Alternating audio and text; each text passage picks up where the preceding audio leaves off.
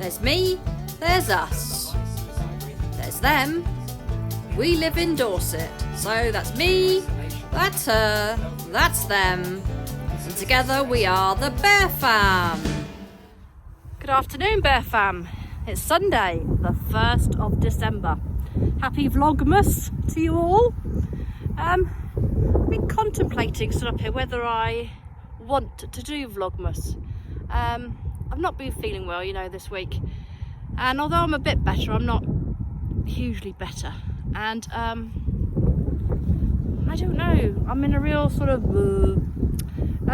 but not wanting to throw away the goodwill and all the amazing people and friends I've made through the channel. I thought, kick yourself up the butt and get on with it, Wilkes. So here I am. It's a beautiful day in Dorset. We had to be up really early, which is good and bad. It's unusual for me to be up early, so I saw part of the sunrise. Baby Bear has started her volunteering for her Bronze D&V award, so she's chosen on the park run, or made arrangements for the junior park run every Sunday. She has to be there at 8:30 to marshal, time keep and all that sort of malarkey. So whatever she does, Mother's obviously the taxi service at that time of the morning on a Sunday. I'm going to pay out for taxi, and the bus doesn't really go. Well, she'd have to get on sort of 2 buses and then walk, and anyway, far simpler for me just to get my lazy bottom out the bed and take her. So the day seems to be going on forever. But it is beautiful, so as I said, double-edged sword. My phone's been playing up. It's been jumping hither, thither, dialing people that I don't speak to very often. It's trying to dial 999. It's just the touch screen seems to have gone berserk. So I'm going to take that in and try and get that sorted tomorrow. I might just bite the bullet and upgrade to the new 11. I quite fancy that new camera.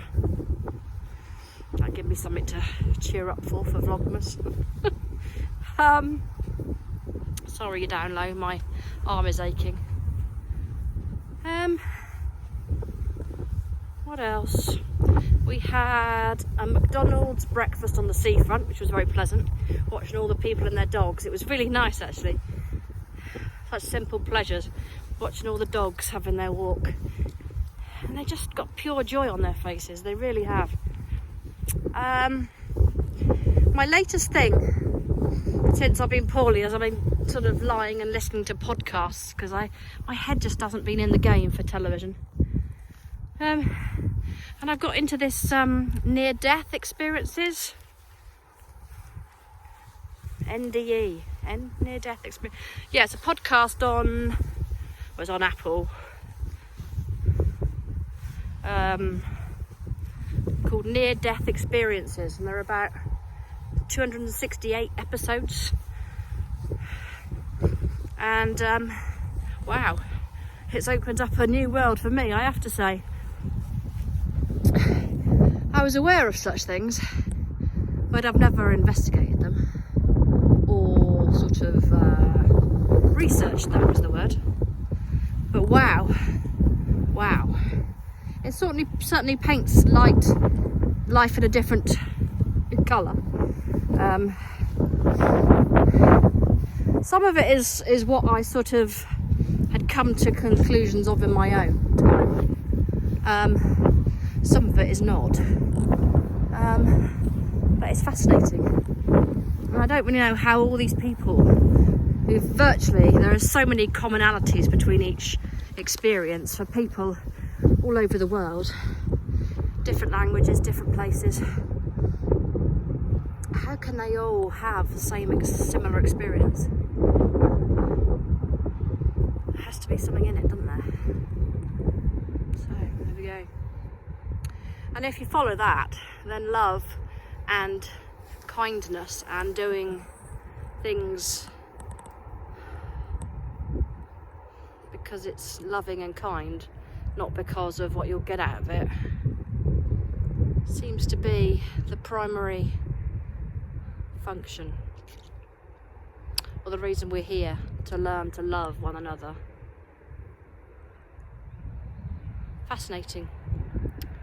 I've only listened to about 20 odd, but I think it's having a profound effect on the way I perceive the world and my place in it. Interesting. I always thought we were energy. I always thought that part of us went on. I don't think I ever thought of it as heaven as such. But people describe buildings and being able to talk without talking, sort of thing. Empathy, not empathy, telepathy. And buildings, and there's always this life, they run through your life with you. And not only do that, they show you the things that you've done that have given people pleasure, love, and they show you all the bad stuff you've done and how it impacted on others. And I don't hold up much hope for myself. I've been fairly selfish along the way in protecting number one, generally through self-preservation, but I don't think I've been the most loving person in the world. So my life review, as they call it, will be quite painful, probably. Certainly makes you want to live a better life, a more caring, loving life. To treat humans as I treat animals. If I could do that, I'd be alright. Where are they going? Jack, why are you pulling me down there, sweetheart? We're not going down there, darling. Mr. Seagull on the prowl over there. Having a little fly. It's quite windy today, I have to say. Quite windy. There he goes.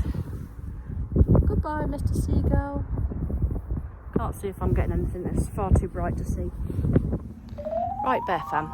I don't know if you can see behind me, but there's a police car parked up here, and there's no road for it, so it must have come up along the footpath.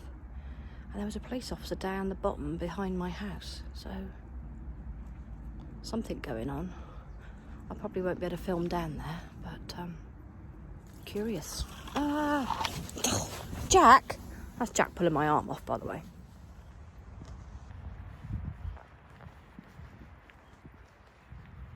What is that doing there?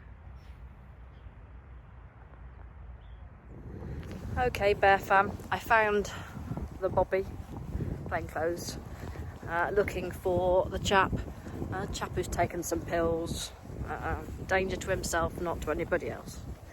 So, if we see him, we'll speak to him. But beyond that, not a lot I can do about it. They've got the drone up, looking for him. And I've seen 3 uniformed foot patrols. Got an ambulance out. I've just been speaking to the cop, and he said that the amount of tablets he's taken will only make him drowsy. It's not a toxic dose, according to the ambulance crew, so. End of. Now the drone's up. God, the things we could have done with a drone in my day. Wow, we could have had all sorts of crooks locked up that we didn't have before. But still. Anyway, I better ring Ellie back. She was worried that there was some dangerous maniac of a criminal up here that was going to attack me. So I best let her know that I'm safe and sound. He's coming with me at the moment, but he's on the phone to somebody at home, I think.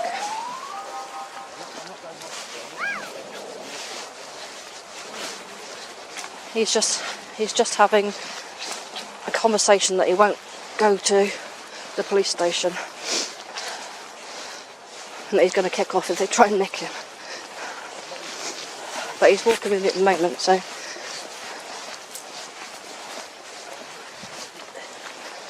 no, God no, we're in the middle of nowhere. If you just tell, if you know his collar number now, just tell him where I stood and spoke to him. We're just about approaching that, to be honest.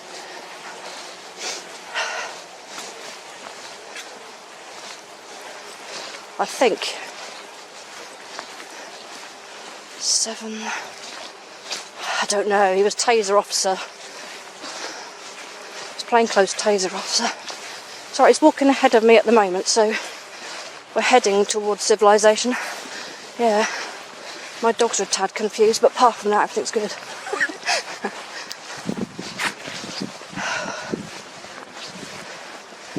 It was a taser officer from Weymouth. Well, armed ARV type.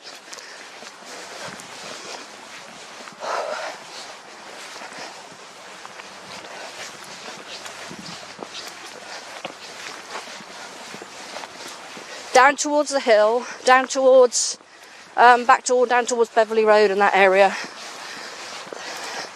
There was a marked vehicle parked on a footpath. You know where there's a bridge over... Oh, you don't, but there's a bridge over the Relief Road. There was a marked unit parked on top of the bridge. We're headed back towards that. Yeah. We're literally halfway down that hill, so hopefully somebody's at the bottom, because I have a feeling you might bunk again if nobody's there.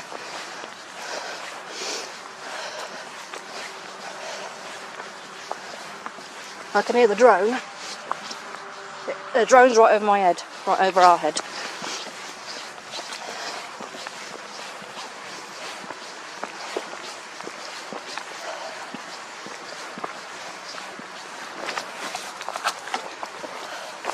There. Is that the officer? No, that's a dog walker.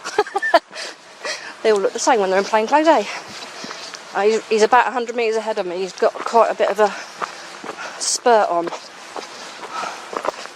Unfortunately, my old legs won't keep up that well.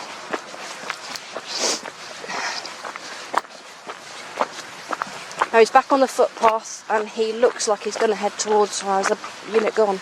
No, the marked unit's still there. So the car's there, but there's nobody with it. And there's another vehicle just pulled up. I'm assuming that's a job car. Black Hyundai. There we go. All right, Joseph. I'll leave you now, mate. Thanks very much indeed. No worries. Okay, he's with an officer now, so I'll leave you in peace. All righty. Cheers. Bye-bye. No worries. Oh, Jack, come on. Come on.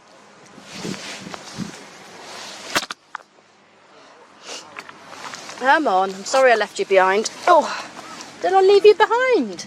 I'm so sorry.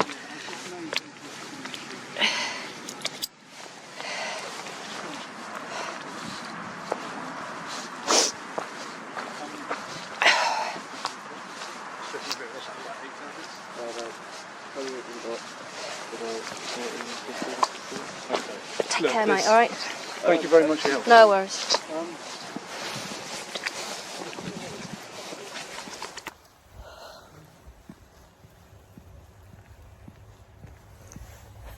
Well, that was the end of that. Right, let's update you people. I was in the middle of speaking to Ellie when I saw him darting in and out of a bush, and I thought, do you know what? I'm going to head over there, and I did, and I found him. I was in the middle of a 999 call, so I had to explain everything to them, and I've just walked him back down to the bobby, which is what you can see behind me. So all is good. Hopefully he'll get the treatment he needs, and yeah, that was an exciting dog walk.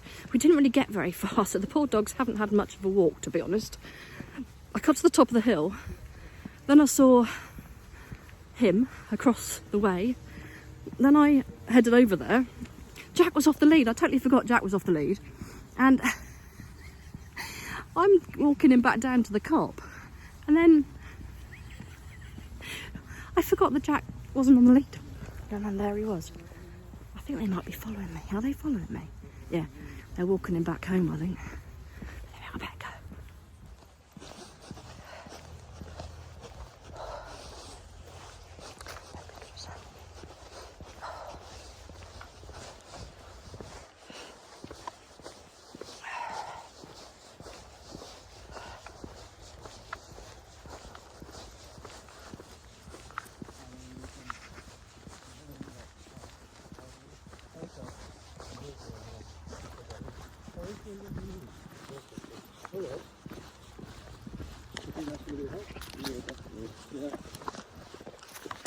Whereabouts in Portugal? Down the bottom. Right.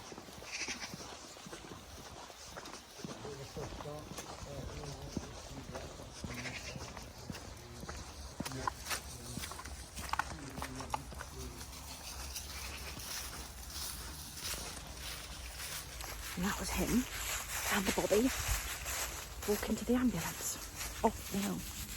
So I've done my good deed for the day, haven't I? I've actually done something useful with my life for a change. Still got it.